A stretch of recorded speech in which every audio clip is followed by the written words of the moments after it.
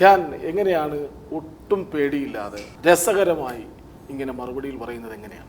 നമ്മളൊരു വളരെ കംഫർട്ടബിൾ ആയിട്ടുള്ളൊരു സ്പേസിലും നമുക്ക് വളരെ പരിചയമുള്ള ആൾക്കാരെ കുറിച്ചും അല്ലെങ്കിൽ നമ്മൾ സ്ഥിരമായി ഇപ്പം സോഷ്യൽ മീഡിയ അല്ലെങ്കിൽ ഡിജിറ്റൽ മീഡിയയിൽ പ്രൊമോഷൻസ് അല്ലെങ്കിൽ ഇൻ്റർവ്യൂവിന് പോകുമ്പോഴാണല്ലോ നമ്മൾ ഇവരെയൊക്കെ കുറേ വർഷങ്ങളായി കണ്ടിട്ട് ഒരു കംഫർട്ട് സോൺ ഉണ്ട് ഇവർക്കിടയിലൊക്കെ. ഇത് കംഫർട്ട് സോൺ അല്ലേ?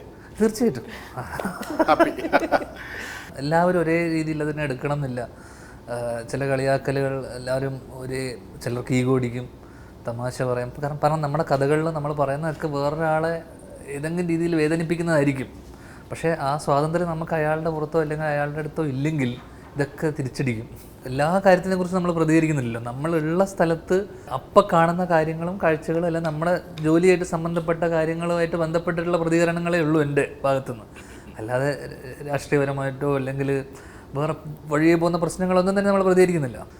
അത്യാവശ്യം വിവാദങ്ങളൊക്കെ ഉണ്ട് ആവശ്യത്തിന്. ഇതൊക്കെ ഇതിന്റെ ഒരു ഭാഗമായിട്ട് കാണുന്നുള്ളൂ അല്ലേ? ആരെങ്കിലും ഒന്ന് പരാതിയൊക്കെ പറയാറുണ്ടോ? എന്നെ കുറിച്ചിട്ട് അങ്ങനെ പറഞ്ഞത് ശരിയായില്ല. ഇല്ല, പരാതിയായിട്ടൊന്നും ആരും ഇതുവരെ പറഞ്ഞിട്ടില്ല.